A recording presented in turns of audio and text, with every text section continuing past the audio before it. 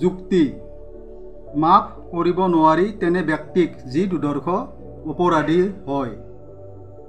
দয়া কৃপা কৰিব লাগে তেনে লোক ব্যক্তিক যি পংগু বিকলাংগ হয়।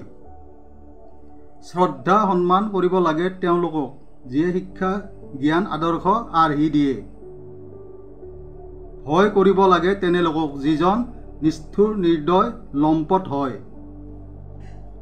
প্ৰণাম প্ৰণিপাত কৰিব লাগে তেওঁলোকক যিয়ে জন্ম সুৰক্ষা পোহপাল দিয়ে পূৰ্বপুৰুষ দেউতা মাক। দিব লাগে তেখেতসকলক যিয়ে ৰক্ষণাবেক্ষণ মান দিয়ে। ভাবিব নালাগে তেনে কথা যি যত্ন চেষ্টাৰ ঊৰ্ধত হয়।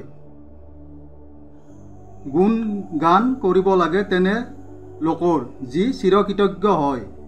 বিদায় দিব লাগে তেওঁক যাৰ জীয়াই থকাৰ সম্বল ক্ষমতা দেহ শৰীৰত নাই। সহায় কৰিব লাগে তেনে লোকক যি উপায়ন্তৰ দৰিদ্ৰ অভাৱী হয়। অনুসৰণ কৰিব লাগে তেনে লোকক যিজন সুশিক্ষিত বুদ্ধিমান কৰ্মী জ্ঞানী গুণী প্ৰতিভাৱান হয়। ভাবিব নালাগে তেনে কথা য'ৰ পৰা জীৱনৰ ক্ষতি হয়। যাব নালাগে তেনে ঠাইত সুৰক্ষাৰ সহযোগ য'ত নাই। মানিব লাগে তেওঁলোকক যিয়ে উপদেশ নহয় আৰ্হি দিয়ে নৱপ্ৰজন্মৰ ভৱিষ্যতৰ হকে।